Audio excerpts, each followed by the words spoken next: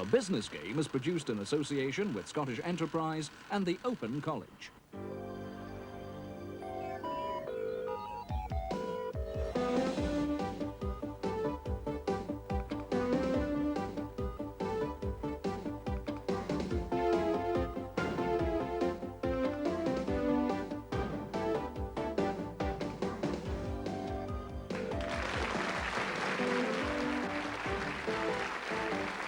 The host of The Business Game, Paul Young.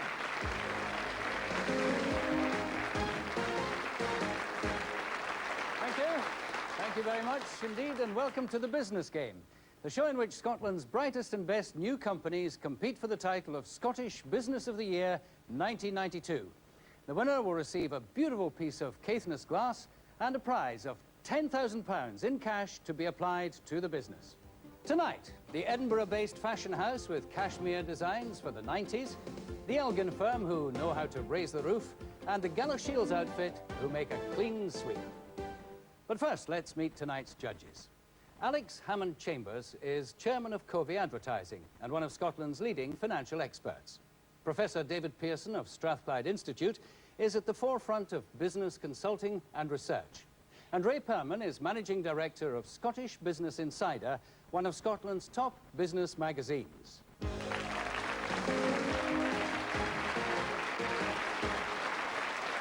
every week in The Business Game, 3 firms come under the spotlight. After a location profile, an executive from each company will be cross-examined by the judges and by members of our studio audience. Tonight, the first contestant is Belinda Robertson Cashmere. The business is based in Edinburgh and Hawick and has been trading since 1987. There are 7 staff, and last year the company had sales of £270,000. The sound of the knitting frame has reverberated round the borders of Scotland for generations, creating knitwear renowned worldwide. From her base in Edinburgh's West End, Belinda Robertson has sought to bring together that tradition with innovative design and the luxury of cashmere. The result is natural chic for the 1990s. I set up the company because I used to do quite a lot of modelling in my spare time when I was a student, and I carried on when I was doing my first job. And I did a job for a friend, really, that had a small cashmere company. I went to London to work for them and noticed that the buyers loved the quality, but Scotland really weren't getting the sales because the design wasn't there. The allure of cashmere crosses all boundaries, so when demand fell away in this country, Belinda Robertson began exporting worldwide. With over 80% of sales now going abroad, the company has its eye on what their overseas customers want. We're what I would call designer-led. We design a big collection each year. We obviously have to think about the different markets that we're servicing. American, European and Japanese women are all very, very different in their taste and their body shape. Okay, and you're just back from Japan. How did you get on with this piece? It was very well received, I think because the customers felt this was a nice evening wear outfit, and the ruching up the front was something quite different, and a high V-neck was good because normally Japanese aren't too keen on V-neck styles, but this, because it's quite high, was very popular. I had felt that there might be a problem with the length of the sleeves, but in fact the Japanese are now ruching the sleeves up themselves, or in some styles turning them back, so there's no problem with sleeping. And Kitty, in New York, can you see us doing well with this? I expect it to do very well. It's very good for the executive woman who is now dressing much more feminine. She used to think that she had to dress mannish to prove herself, but now she can dress in very feminine clothes. And this will go day into evening. It's going to be a very successful number, especially in the colors that we have this season. Tailoring garments to specific demands and ensuring their high quality has meant being closely involved in production. In 1989, the company opened a manufacturing outlet in Hawick. Working in cashmere is expensive, so is investing in the design and showing of a collection. Cash flow is a big problem. We are always trying to overcome this problem by looking at other ways of selling. One of the things is we've now opened up our showroom. We've got a beautiful new showroom in Edinburgh. In addition to that, we have built up a nice mailing list, which is worldwide from the tourists that come in here, and we would like to start a mail order business. Belinda's success has come through design and service. Her cashmere is obviously a pleasure to wear. Now, here is Belinda Robertson.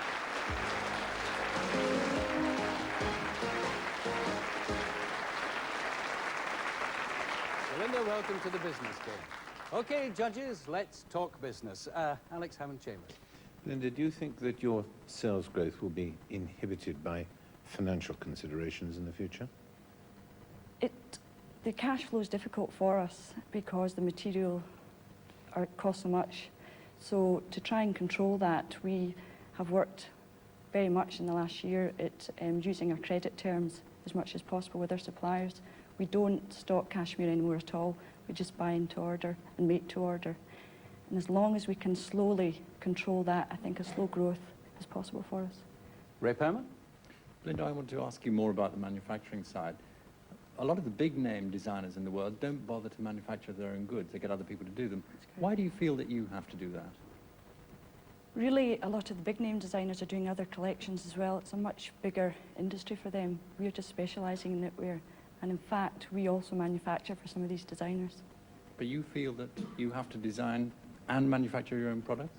Yes, because initially we did subcontract the work out, but we experienced a lot of problems with delivery, and really we thought service was very important.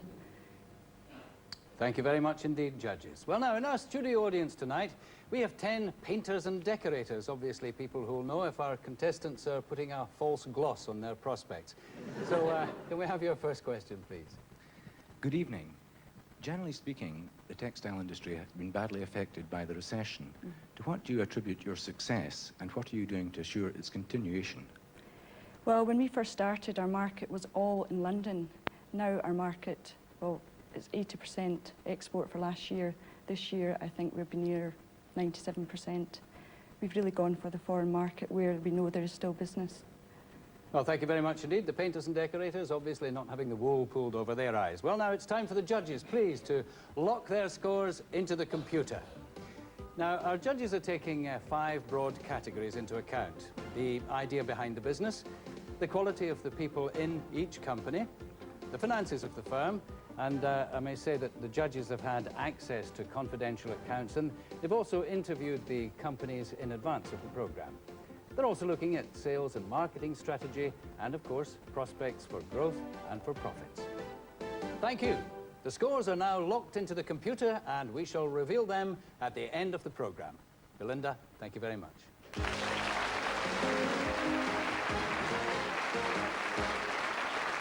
And this week we continue the adventures of our mythical hero, Frankie McGlure, the entrepreneur, and Karasoke, the perfect way to sing in the bath. This week, the mysteries of cash flow.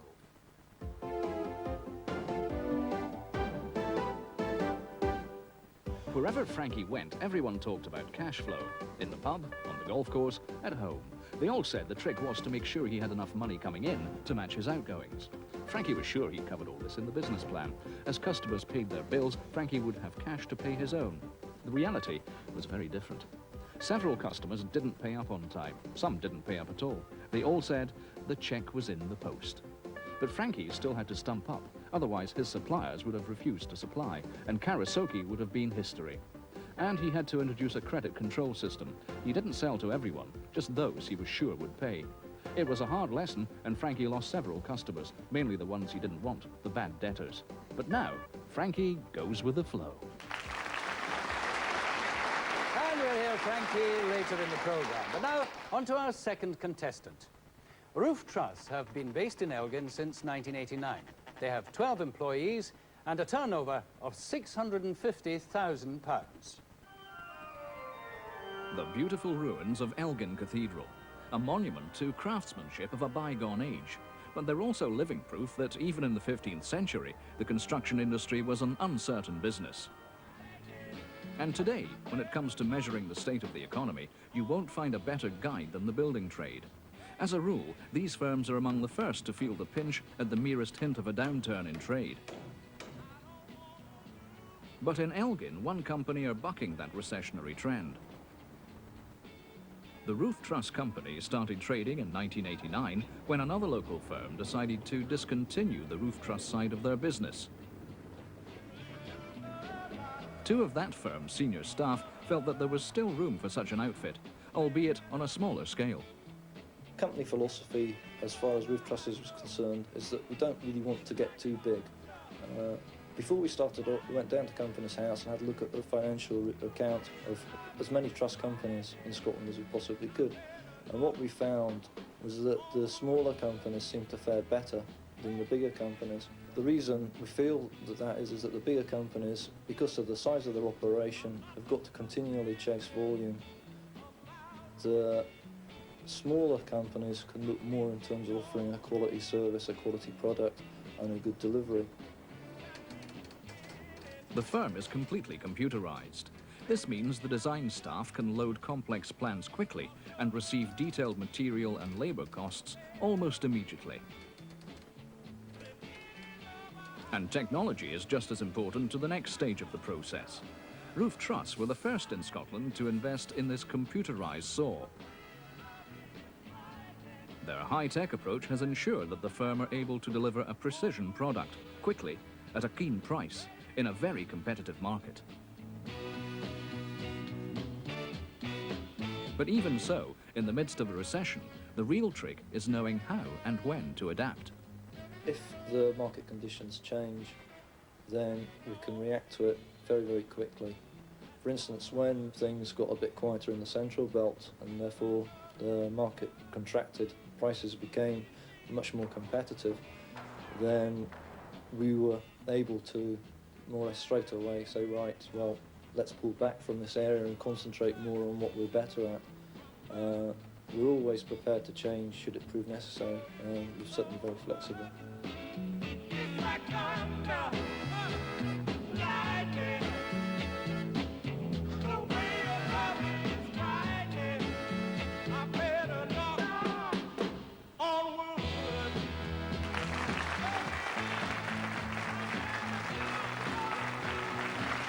Welcome, John Carpenter.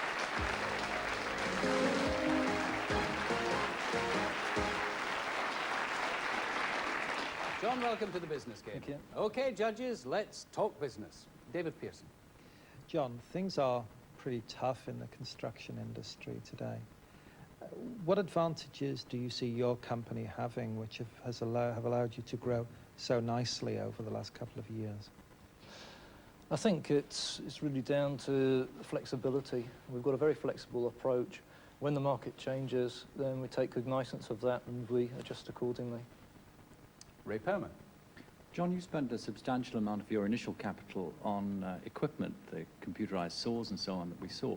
Do you envisage having to spend more to keep up with technological developments as you grow? Yes, I think it's important that you keep it to the forefront as far as technology is concerned.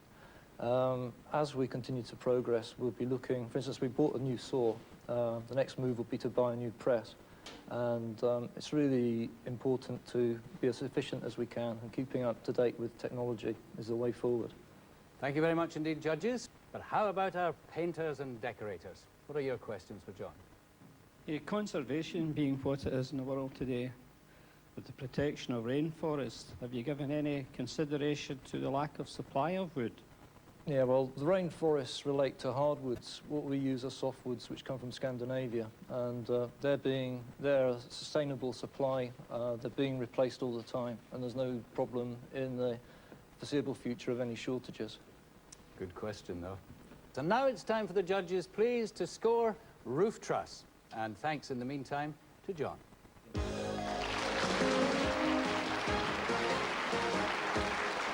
We'll find out how Roof Truss scored in part 2 of the Business Game.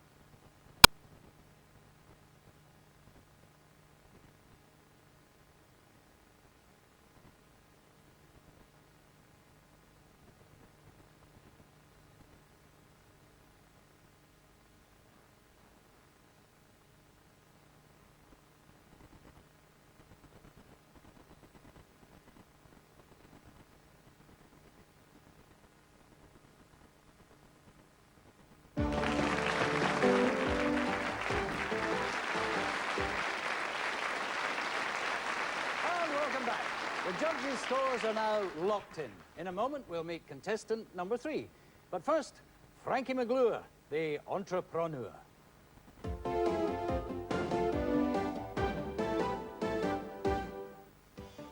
Just when Frankie thought things were going swimmingly, Penny Wise, the financial director, dropped her bombshell.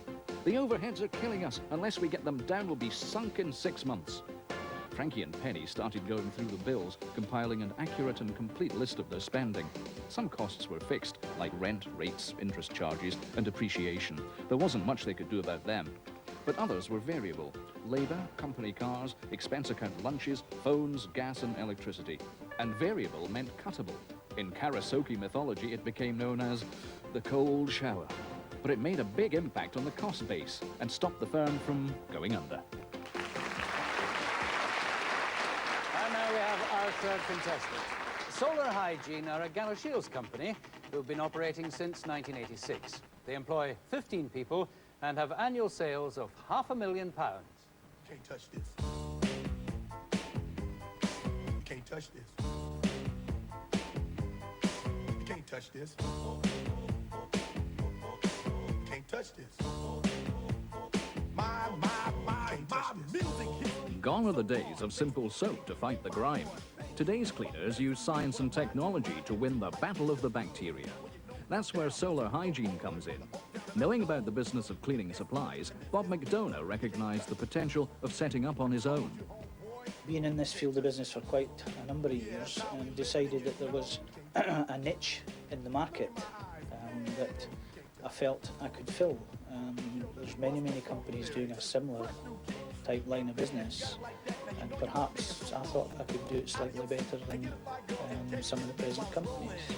From their base at Galashiels in the Borders, Solar serviced the pub and catering trades, local authorities, nursing homes, dentists and industrial concerns across central and southern Scotland. Although not a manufacturer, 95% of Solar's products are own-label brands, so they do have a tight control on the production process. And from day one, Solar have been environmentally friendly. They supply CFC-free aerosols, recycle paper products, and monitor the level of phosphates in all cleaning materials. Is that you loaded, Alistair? That's me, Tricia. Okay, see you back at the hotel. Right, fine. Bye. With a product list now running to over 3,000 lines, keeping their sales representatives informed of latest developments is essential, especially as personal service is a hallmark of Solar Hygiene's business.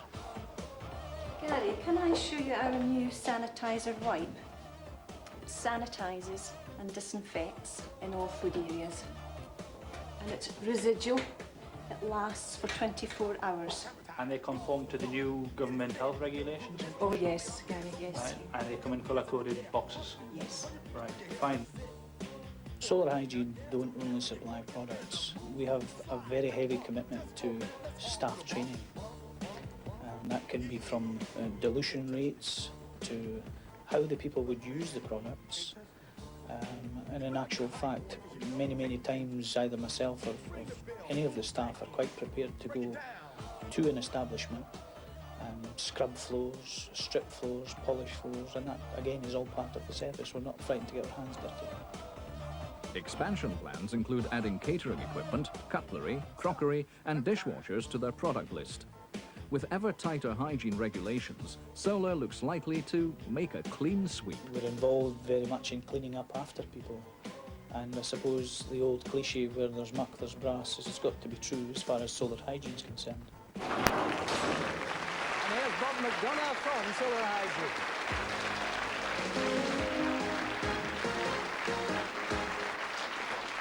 Bob, welcome to the business Thank you. game. Okay, judges, let's talk business. Alex Hammond-Chambers.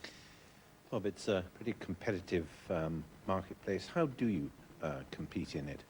Very well. There is a lot of opposition, but I think we're slightly unique in the way we handle our business. As said before, I'm quite prepared to go out and scrub floors, and that's a bit unique in today's environment. We really take care of the customer wherever possible. David Pearson? I understand that you have over 4,000 product items, is that right? Getting close to 3,500 to 4,000. Yeah. Do Do you use a computer to control the stocking of that and purchasing of those items? No, our computer has all our stock products on, but the control is done by myself manually. On a daily basis, I walk around and obviously being there most of the time, get a feel for the products that are going out the door and do that on a daily basis. Thank you very much indeed, judges. And now let's find out what our 10 painters and decorators would like to know. I'd like to ask about staff turnover. Do you lose many of your staff to fellow rivals?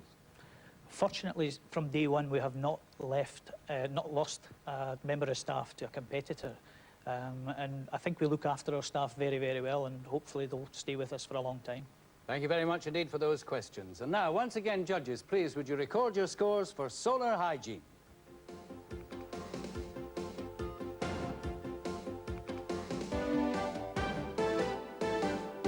Thank you, judges. The scores are now locked in. And Bob, thank you very much. And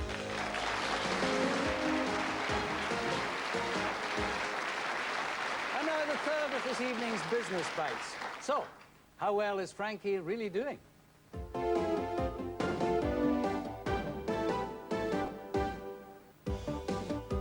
At the end of the first year of trading, Frankie had sold dozens of Karasoke machines. He'd paid all his bills, and the bank manager was still playing golf with him.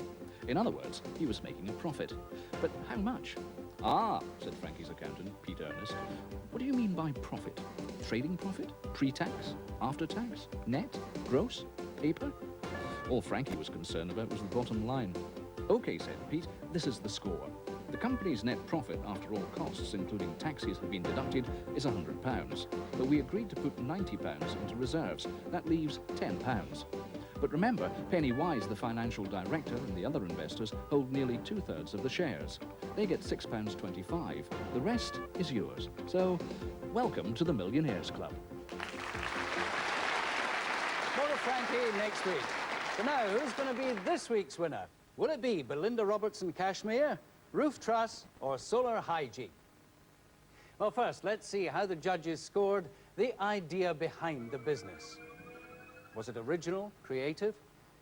And the scores are fairly level on that one. Next, the quality of the people working in the firm.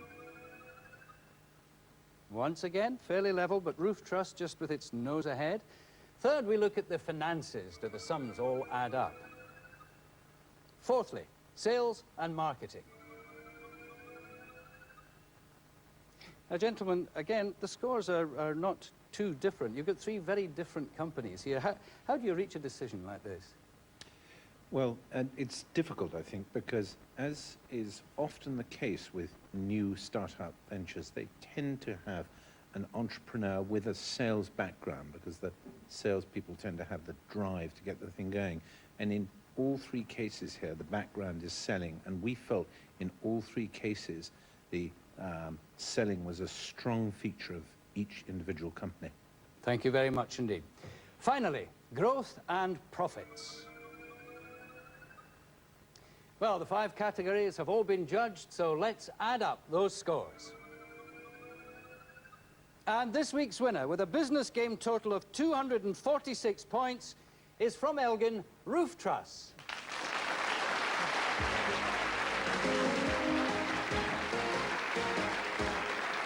Well, congratulations to Roof Truss, and we'll see them in our semi-final in 3 weeks' time. And congratulations, of course, to the other 2 companies. The best of luck in the future. Well, that's it for this week. Thanks to our 3 judges, and we're back next week with 3 new companies, all chasing the title of Scottish Business of the Year 1992, and that cash prize of £10,000. Until then, goodbye.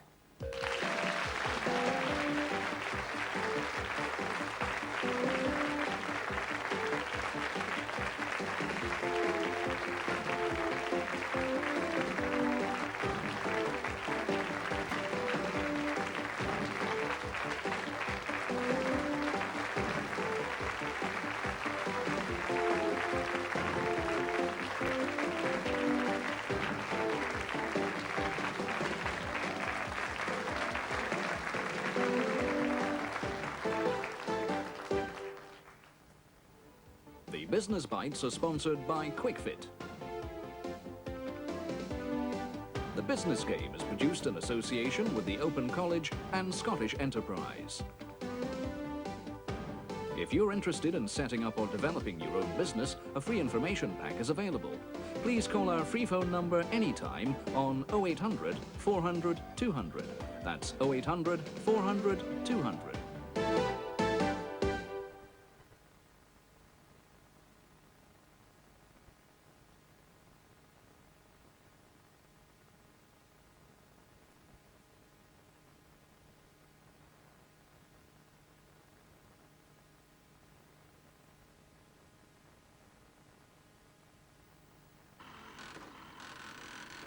The Business Game is produced in association with Scottish Enterprise and the Open College.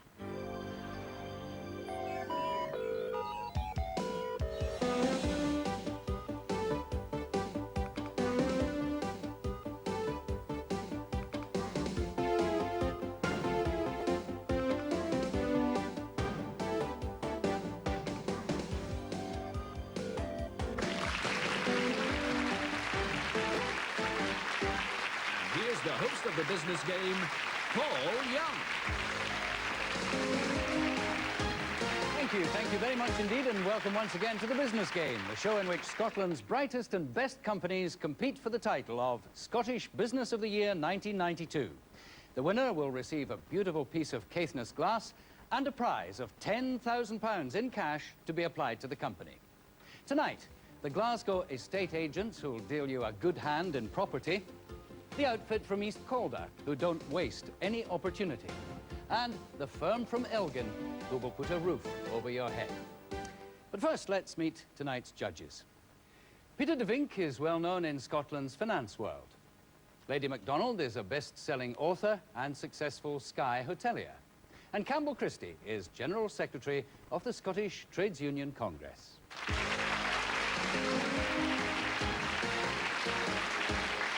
In tonight's semi-final, a further 3 winners come under the spotlight once again. After a location profile, an executive from each company will be cross-examined by the judges and also by members of our studio audience. First, Clyde Property. Based in Glasgow, they have 37 staff, and last year, turnover was £812,000. Entering a very competitive marketplace is a risky step for any business. With rival estate agencies selling houses on every street corner, Clyde Property knew they had to have the edge to survive. From the beginning, Clyde decided not to be tied into financial services, thus avoiding possible conflicts of interest. They believe customers come into an estate agency looking for expert help in buying or selling their home, not raising mortgages. To keep them ahead of the competition, they've invested heavily in information technology, including desktop publishing. Accuracy of information combines with attractive layout to create brochures they believe are the best in the business. And advertising in the property pages receives the same attention to detail. But the service you provide is only as good as the people you employ, so Clyde makes staff training a top priority. They have produced their own in-house training manual. All members of the workforce contribute to the weekly staff meeting, and the company sends employees to several external training courses. That's why Clyde have retained their 1.5% commission, even though some competitors have cut theirs.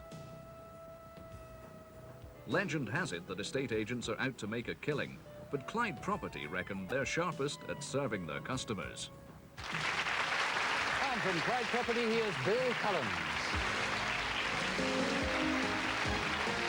Bill, welcome to the Business Game. Okay, judges, let's talk business. Peter de Vink. Your competitors are largely institutionally owned. Will you two sell out when the price is right? It's not something we would countenance. In point of fact, we have been approached twice to date. The business is one we very much enjoy.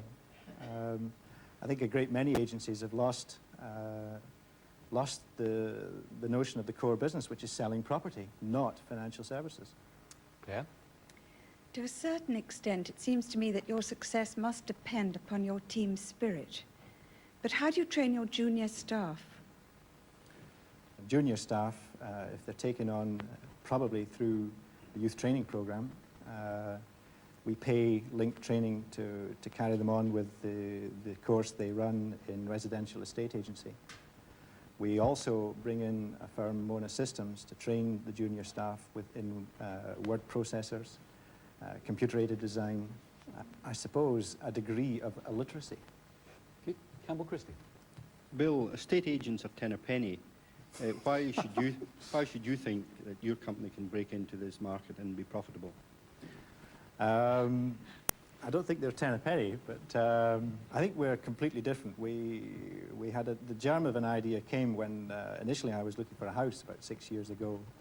I was not impressed with the service I was given on many fronts, and so I set out with a clear intention of providing an agency which, in terms of presentation, the brochures we hand out, we've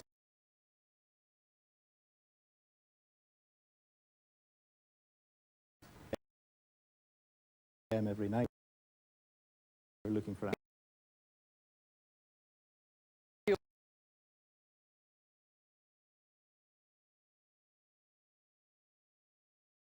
Bill. Recently we've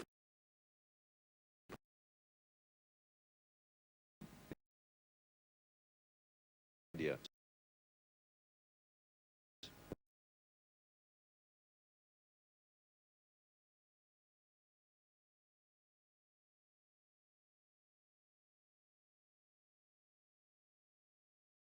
value cuts down on lengthy, on costly advertising and so on. There is a danger, of course, that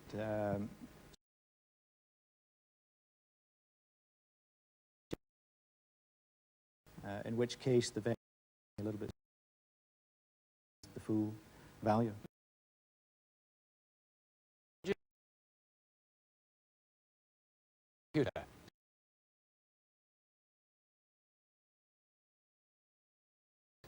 The quality of the people in each company, the finances of the firm, and the judges have had and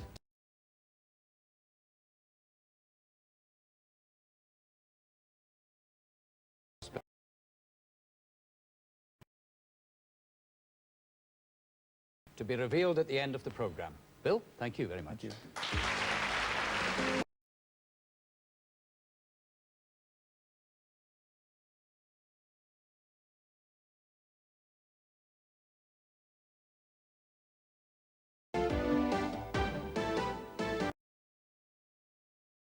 In his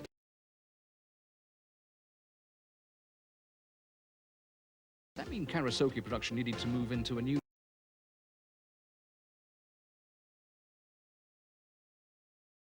or what? His financial guru it's all to do with the amount of debt a company has in relation to its worth. The greater the debt, the higher the gearing.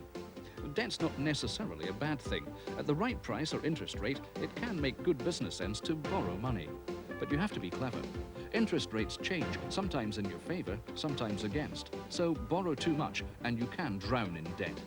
That's why smart operators keep their gearing in balance and their heads above water. More from Frankie later on. MTZ are based in East Calder, have 31 employees, and last year's sales topped £680,000. The business idea behind MTZ came from providing a solution to a common problem. Every manufacturing process creates waste which needs moving, and almost every business uses a forklift truck. The answer was simple. MTZ designed a unique auto-dumping container for use with a forklift. The base of the container unlocks automatically to ease the discharge of waste directly into skips. But MTZ recognized that without protection, anyone could steal the idea and move into their niche market. So they approached the patent office and now hold a patent covering Europe and North America. Once the design was refined, production could begin. Finding premises in East Calder and hiring trained staff wasn't difficult because there's a pool of skilled labour within the Central Belt. A Scottish location means MTZ are some distance from their main customer base in the manufacturing sector south of the border.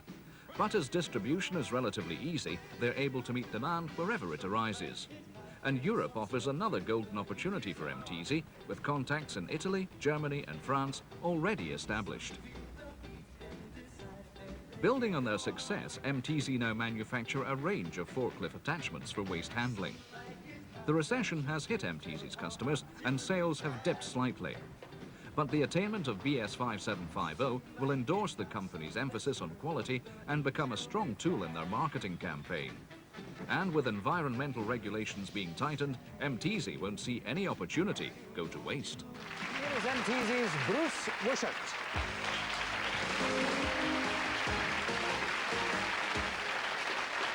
Bruce, welcome to the business game. Okay, judges, let's talk business.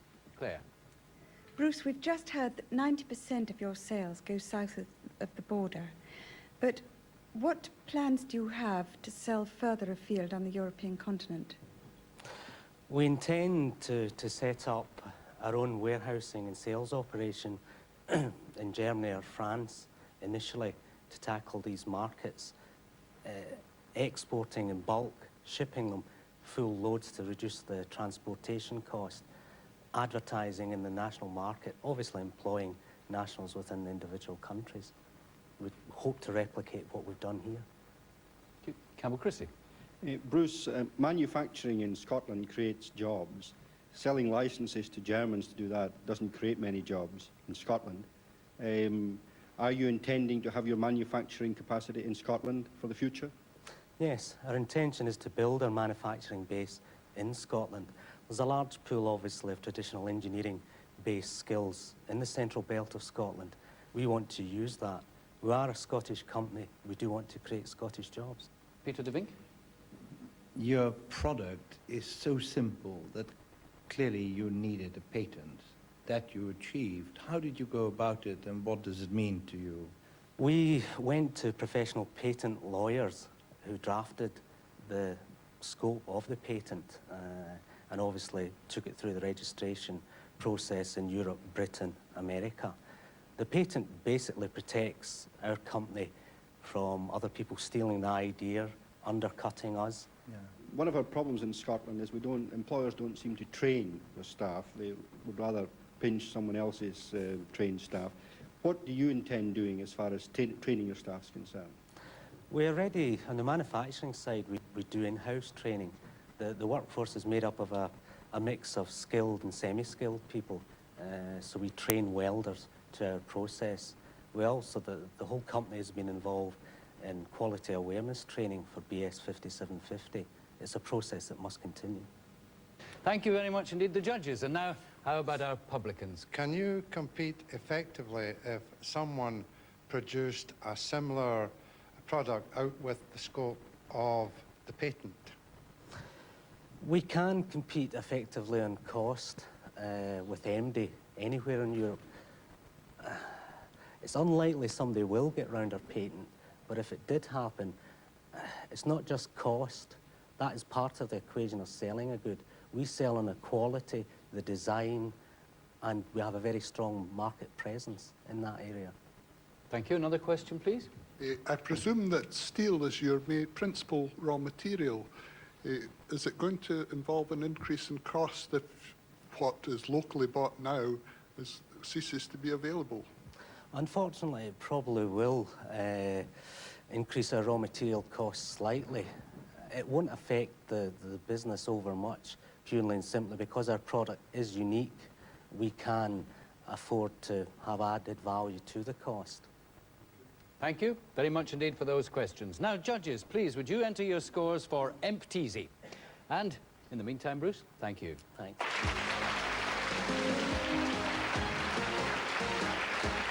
And we'll get that score in part 2 of the business game.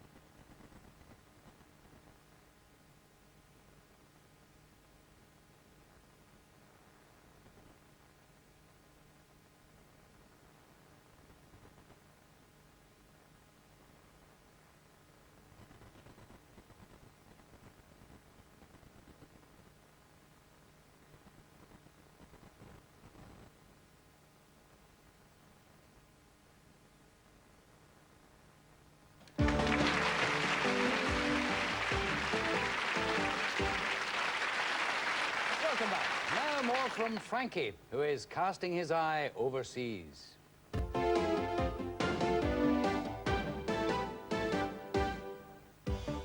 This country was now awash with Karasoke, but Frankie knew that across the pond were more potential Karasoke owners. The problem, how to get the product across the water. Exporting was double Dutch to Frankie, but through his local Chamber of Commerce, Frankie joined a trade delegation to the Big Apple.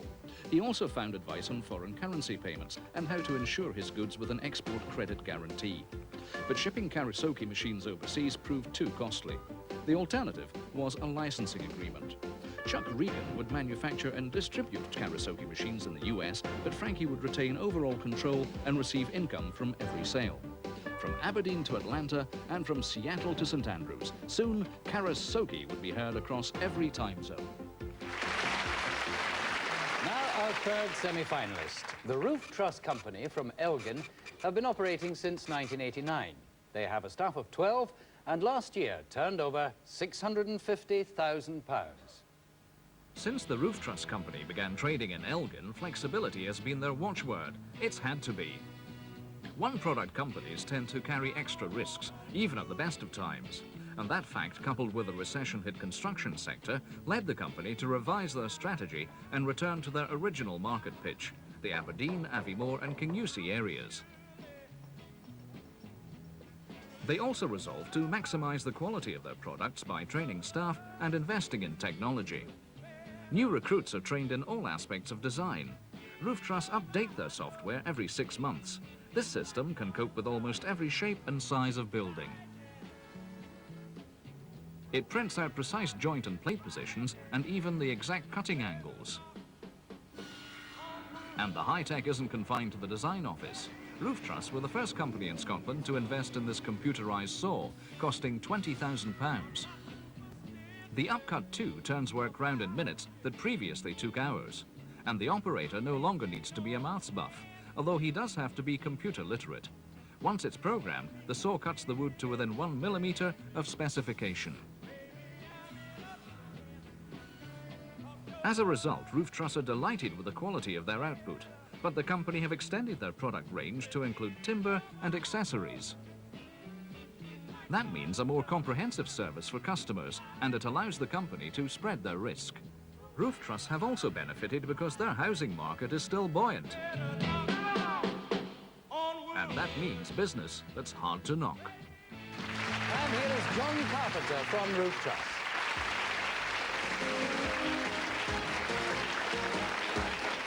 John, welcome to the business game. Okay, judges, let's talk business. Campbell Christie. Hello, John. The construction industry is having a bad time at the moment. What makes you think that your company can make a success of your business?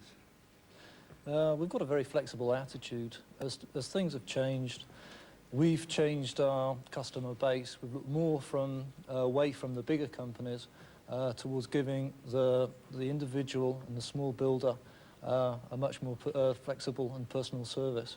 That seems to work very well. We try and give everybody, whether they're big or small, the same degree of service. Thank you. Peter de Vink.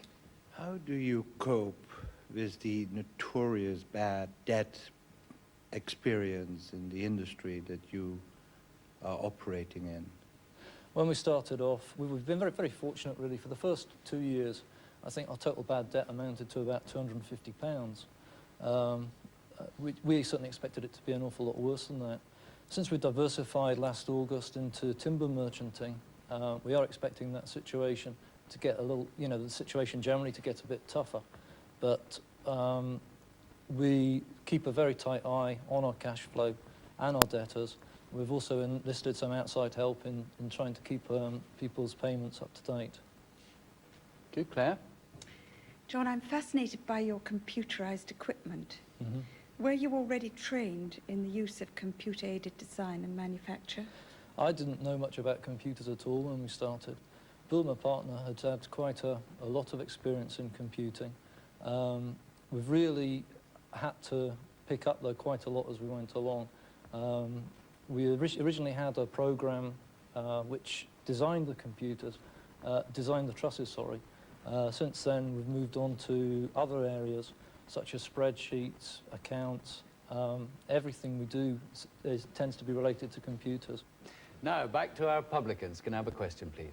Yes, what did it cost you to set up your business initially, and were you successful in obtaining any grants from the government or other sources to help you on your way? Yes, Grampian Regional Council were very helpful in terms of giving us interest-free loans for plant and machinery. And they also gave us a grant towards the cost of rental of the premises for the first 6 months. Thank you very much indeed. And now, judges, please, would you record your scores for the Roof Truss Company?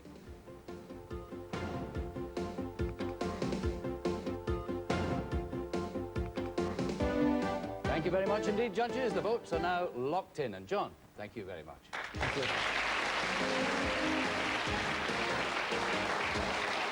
And now for business bite number 3. Frankie is building his empire.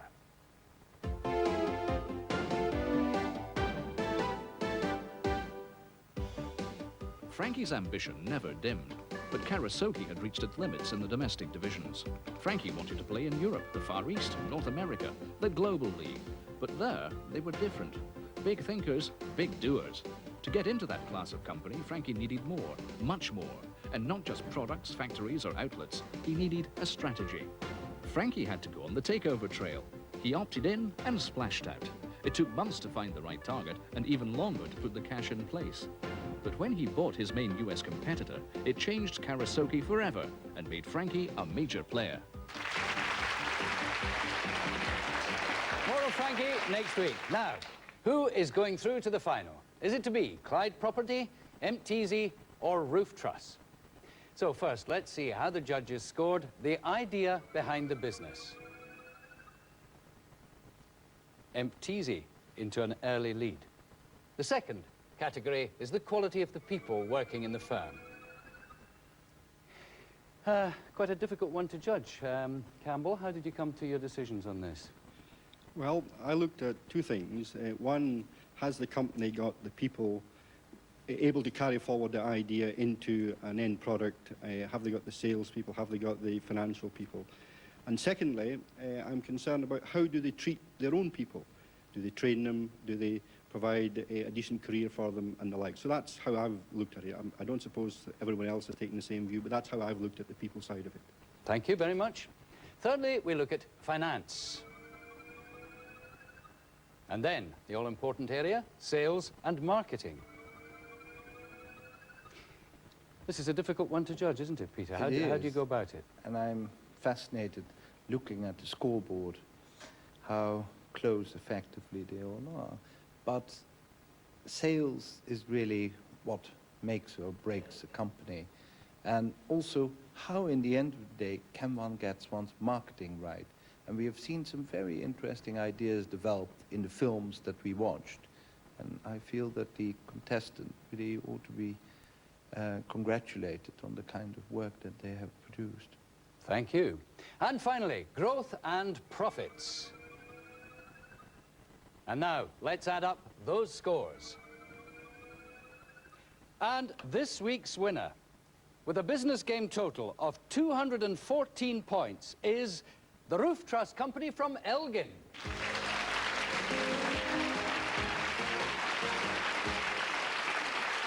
Well, congratulations, congratulations. And of course, the Roof Truss Company from Elgin will join Angus MacDonald of Edinburgh Financial Publishing, who was the winner of our first semi-final, and who is in fact with us in our audience. And the third place in the final goes to the highest scoring runner-up across the two semi-finals. And I find that that is Frank Odey of Framgord from Shetland, who is also with us in our audience.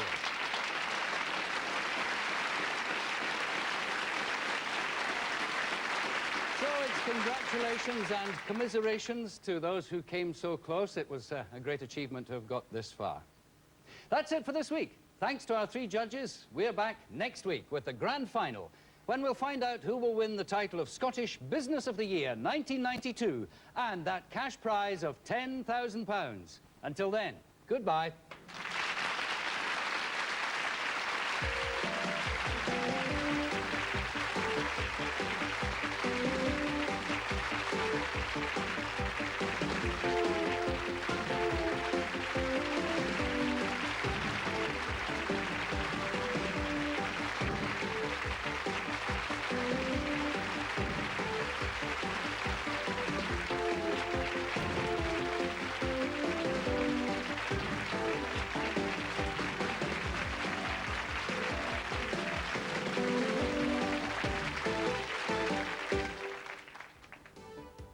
Business Bites are sponsored by QuickFit. The Business Game is produced in association with the Open College and Scottish Enterprise. If you're interested in setting up or developing your own business, a free information pack is available. Please call our free phone number anytime on 0800 400 200. That's 0800 400 200.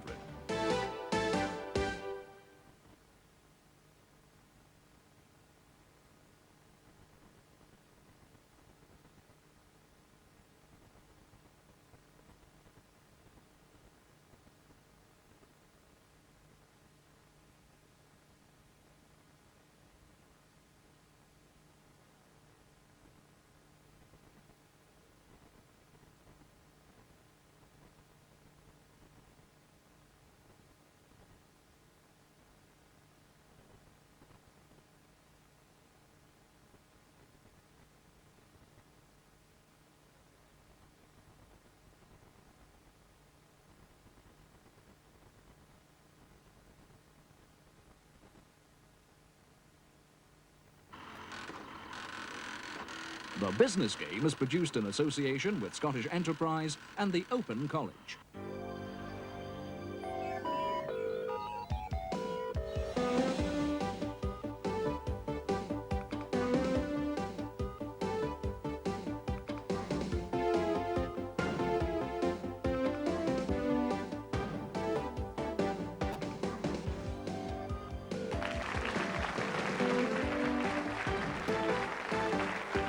Here's the host of the Business Game, Paul Young.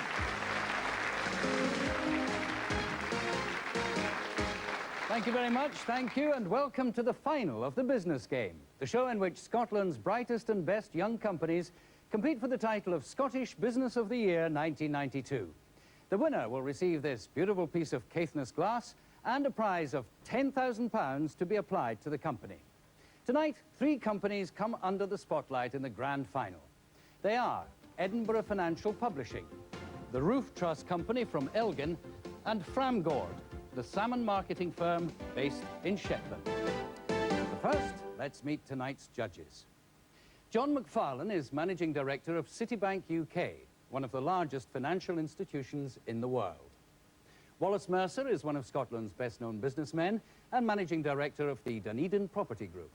And Crawford Beveridge is Chief Executive of Scottish Enterprise. Now, tonight we'll see a location profile of each finalist, and then an executive from each company will be cross-examined by our judges and also by members of our studio audience. Our first finalist is Edinburgh Financial Publishing.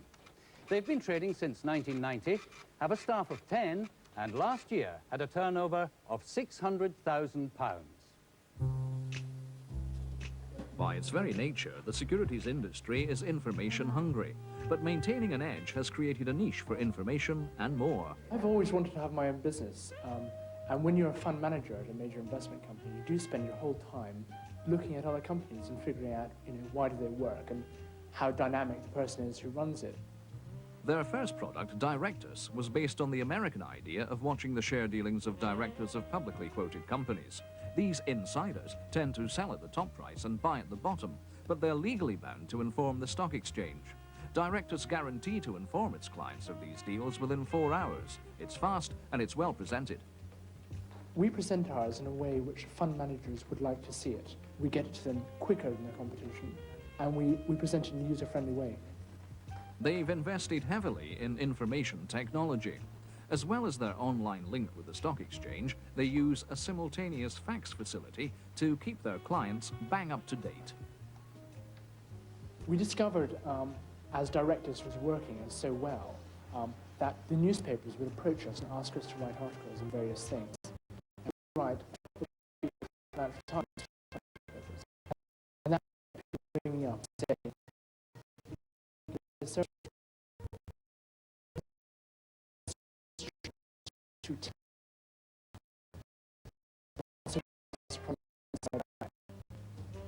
It's a response to the needs of shareholders in the 90s.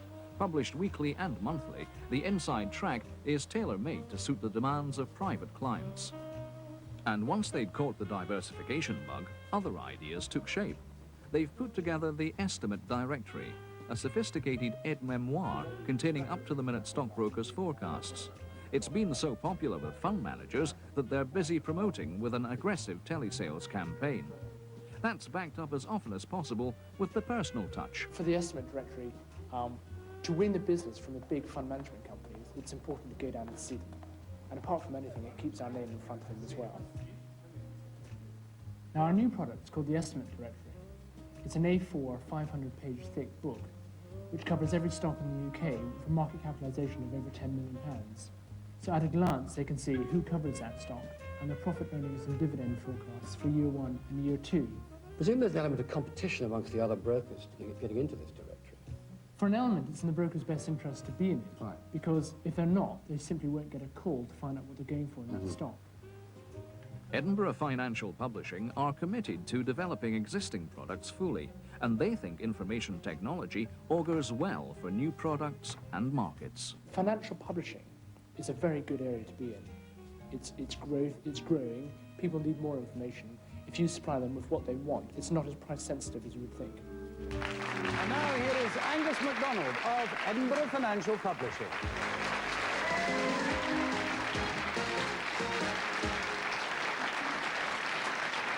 Angus, welcome to the business game. Okay, judges, let's talk business. John McFarlane.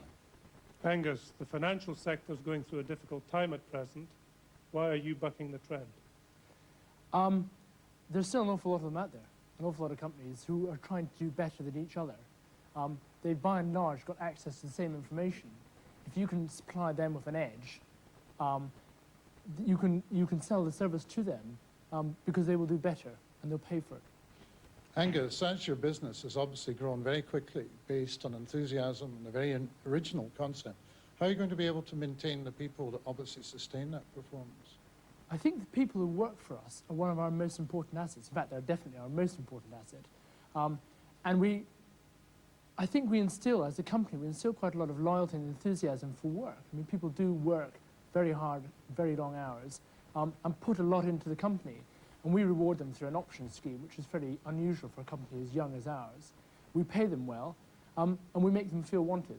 They're part of the business. Crawford Beveridge. When you went out looking for some venture capital to start the business, what were you looking for? Just cash or something more? The cash, it's not a very cash-demanding business to start up. It's a sort of people and expertise-demanding business. And so, yes, it was nice to have the cash, but much more important, it was somebody who had the skills that I didn't have. I knew what the market was, and I had the selling skills. I needed somebody who had the computer and system skills and the finance and law background.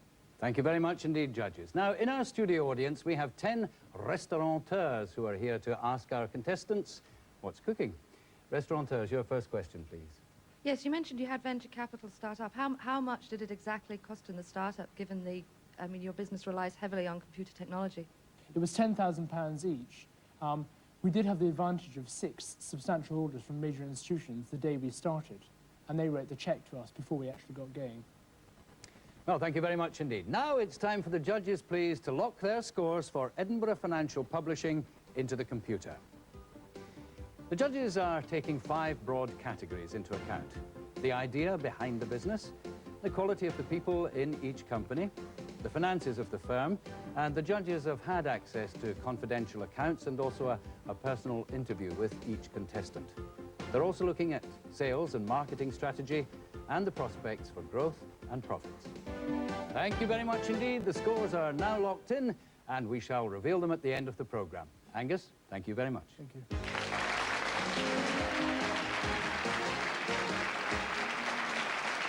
The Roof Trust Company from Elgin have been operating since 1989, have a staff of 12, and last year turned over £650,000. The beautiful ruins of Elgin Cathedral, a monument to craftsmanship of a bygone age. But they're also living proof that even in the 15th century, the construction industry was an uncertain business. And today, when it comes to measuring the state of the economy, you won't find a better guide than the building trade. As a rule, these firms are among the first to feel the pinch at the merest hint of a downturn in trade. But in Elgin, one company are bucking that recessionary trend. The Roof Truss Company started trading in 1989 when another local firm decided to discontinue the roof truss side of their business.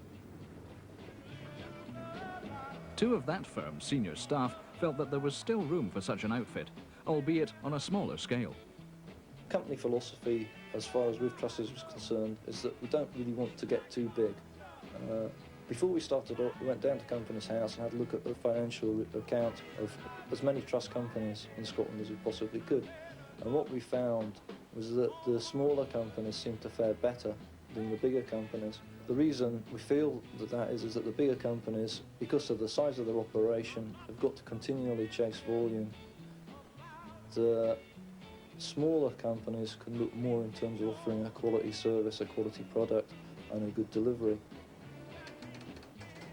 The firm is completely computerized. This means the design staff can load complex plans quickly and receive detailed material and labor costs almost immediately. And technology is just as important to the next stage of the process. Roof Truss were the first in Scotland to invest in this computerized saw. Their high-tech approach has ensured that the firm are able to deliver a precision product quickly at a keen price in a very competitive market. But even so, in the midst of a recession, the real trick is knowing how and when to adapt. If the market conditions change, then we can react to it very, very quickly.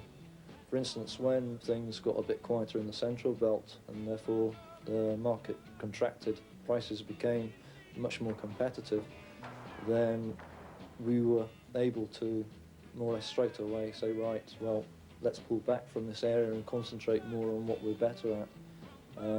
We're always prepared to change should it prove necessary, and we're certainly very flexible.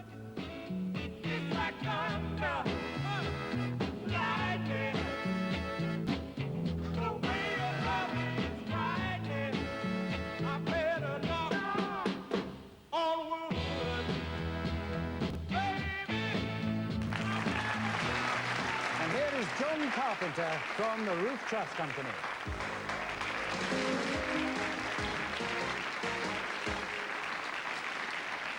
John, welcome to the business game. Okay, judges, let's talk business. Crawford Beveridge. Your company business, John, is retrenched at the moment, mostly in northern Scotland. Do you have plans to expand it again into the rest of Scotland? Yes, once we see the market pick up, as far as buildings concerned, certainly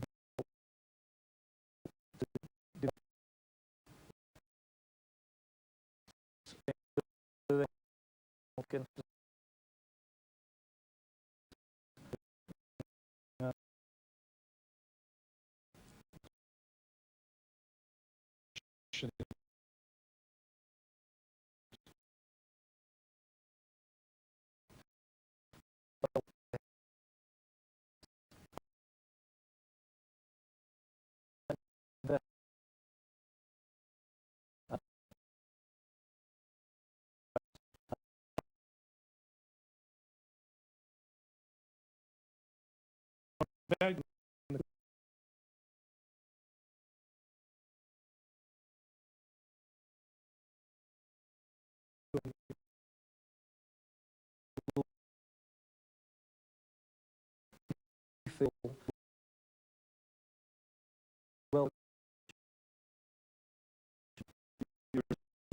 Talk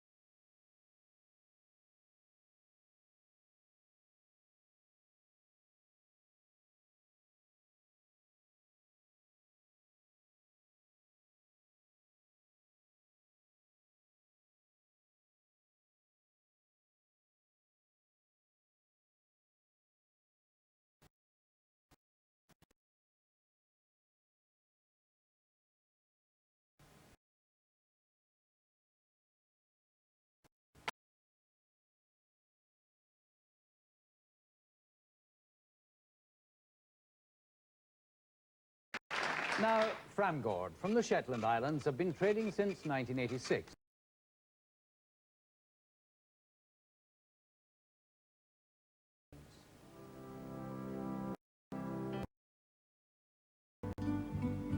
I'm gone fishing.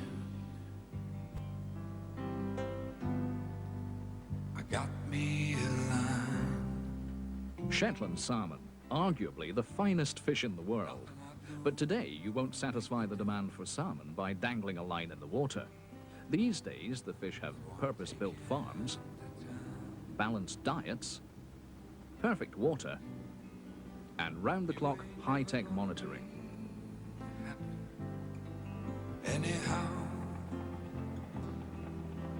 Yet for many fish farmers, the problems only really begin when the salmon comes out of the water. Prior to our in-the-bin system, as we call it, he had to arrange to book a packing station. He had to arrange to pay for ice, pay for pallets, pay for boxes, pay for the shipment getting to Aberdeen, and then he had to pay the ongoing freight to whichever destination that fish may have gone to. And that wouldn't have been one destination, it might have been 20 destinations. But Framgord have revolutionized that whole process. Their idea was simple. The result was remarkable. What we came up with was a system whereby we paid the farmer for his fish when it arrived at the factory in the bins, the large insulated bins. The price was related to the finished product, i.e. whether it was 1 to 2 kilo or 5 to 6 kilo, or whether it had been left, thrown or gutted. And we took care of all the in-between aspects. All of that was gone.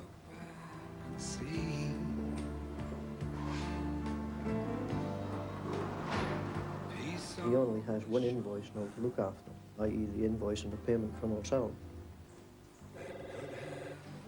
Hello, Susan. How are you doing? Got 2 boxes here, Susan. Shall I keep them for you?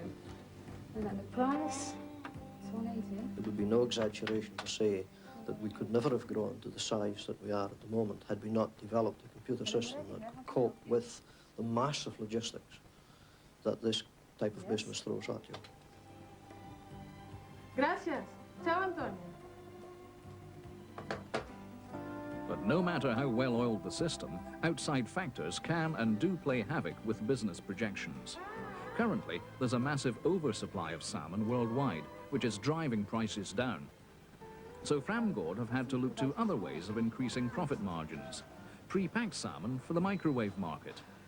The markets that we see for that are retail supermarket groups, airlines, and roadside cafeterias and hotel groups. And that's the market that we see as being the market of the future. Even so, it's difficult to imagine any fish ever looking or tasting better than fresh Shetland salmon. And here is Framgord's Frank Odie. Frank, welcome to the business game. Okay, judges, let's talk business. Crawford Beveridge. Frank, how much of your business is exported today, and how would you see that changing over time?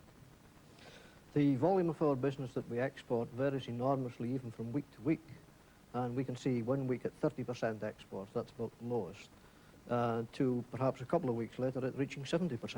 And it does vary very considerably. John McFarlane? Norway is a very big player in the salmon business. How confident are you that the threat from Norway has been averted? Norway is indeed a very big player in the salmon business, and I guess they will always remain so. But you may be aware that a lot of the farms in the north of Norway have actually gone bankrupt. And a lot of the other farms in Norway too are either in receivership or under control of the banks at this moment. The reason that we don't see this working through in salmon prices is the lead time that you have from the moment the small fish goes in the water until the marketable fish come out of the water. Thank you. Wallace Mercer. As a company of considerable importance to Shetland, how do you marry up your social position and those responsibilities against the bottom line responsibilities of producing profits? Well, certainly, if we had gone into business with just purely the intention of making big profits, we surely wouldn't have gone into the fish business, because the profits in the fish businesses have always been minuscule. We regard our social responsibility in regard to our position in Shetland as a very strong player in the salmon market, very seriously indeed. Wallace mentioned that you have very tight margins in your business. Tight margins demand very tight control of cash. How tight is your control? Our control of credit, that we like to think is the best in the business. We really are very, very careful with it indeed. Before we take on a customer in the first place, he's thoroughly vetted. Thank you very much indeed, Frank. Obviously a large-scale business. Now back to our restaurateurs. Your question, please. Will it get cheap enough to buy fish and chips instead of salmon chips? Yeah, it's already cheap enough for that, and some fish and chip shops, I understand, are offering salmon suppers. In fact, we produced a product that was ideal for that situation not too long ago. Well, thank you very much indeed. And now, judges, would you please enter your scores for Framgord?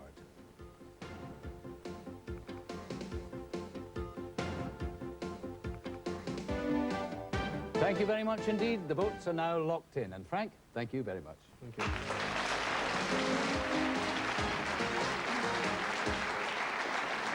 And now the final chapter in the story of Frankie McGlure, the entrepreneur.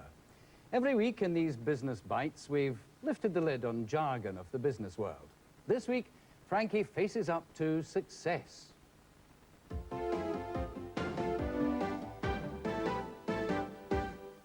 Frankie had made it. Karasoke and associated product sales were in the hundreds of millions. He could hardly count his money. He was a regular pundit on Channel 4 News. This Is Your Life made him a star. His Who's Who entry gave his hobby as singing in the bath. They'd named a rose after him. He was chairman of Fourth Bank FC. He had everything. One day, a discreet envelope landed on the doormat of one of his 5 homes. 2 months later, arise, Sir Francis McGlure. On his way from the palace, Sir Francis took a call from his broker. The Soki Corporation of Japan had launched a dawn raid and bought 10% of Karasoke PLC. They said it was simply an investment. There was no aggressive intent. But Frankie knew better. Well, that was the final business bite of the series, and I'm sure Frankie has helped all of us to be a wee bit more knowledgeable about how business works. But now it's time to find out which of our companies is the Scottish Business of the Year 1992. The computer has added up the judges' scores. The information has been printed out, put in a special envelope, and entrusted to the care of one of our leading Scottish businessmen. I'm now going to ask him to reveal the result. Ladies and gentlemen, please welcome a member of the board of Scottish Enterprise and chairman of Scottish Business in the Community to announce the winner, Mr. Tom Farmer.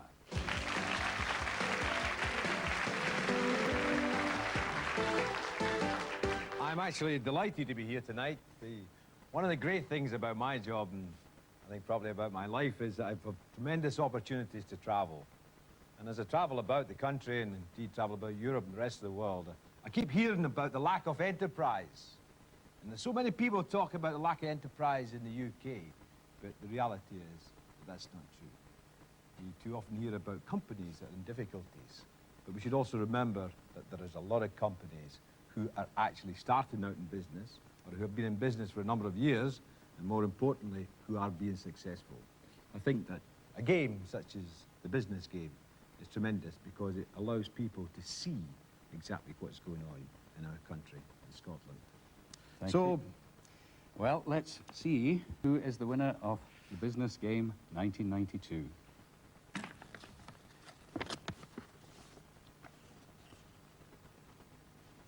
Ladies and gentlemen, the Scottish Business of the Year 1992 winner, with a business game total of 232, is Edinburgh Financial Publishing.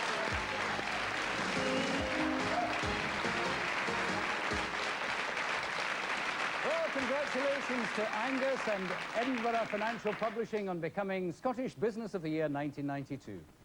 Hard lines to the runners-up. Well done on reaching the final. Now, before I ask Tom Farmer to present Angus with the Business Game Trophy and the cheque for £10,000, let's just have a look at the final scores and find out from the judges how they reached their decision. Well, there we are. Very close. just a few points in it.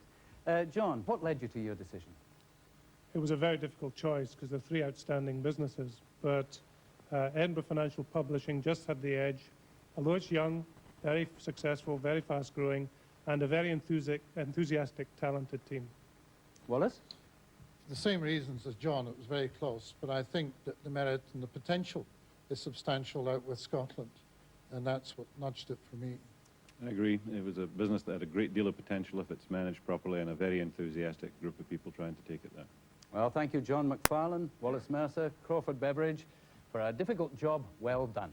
And now it is time to present Angus and Edinburgh Financial Publishing with the Business Game Prize. Ladies and gentlemen, the Scottish Business of the Year 1992. Angus.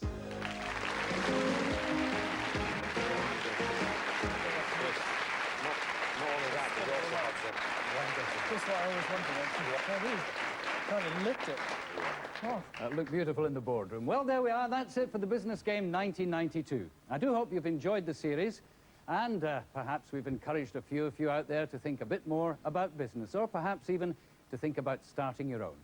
Thanks to all of the firms who took part in the series, and to all of the judges who so very willingly came along to help us decide the winners.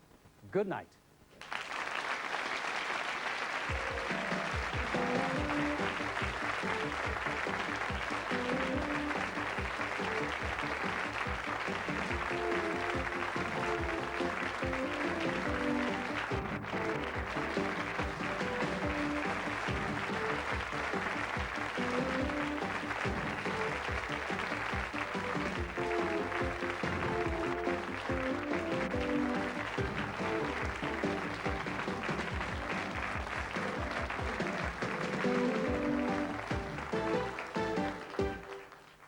Business Bites are sponsored by QuickFit.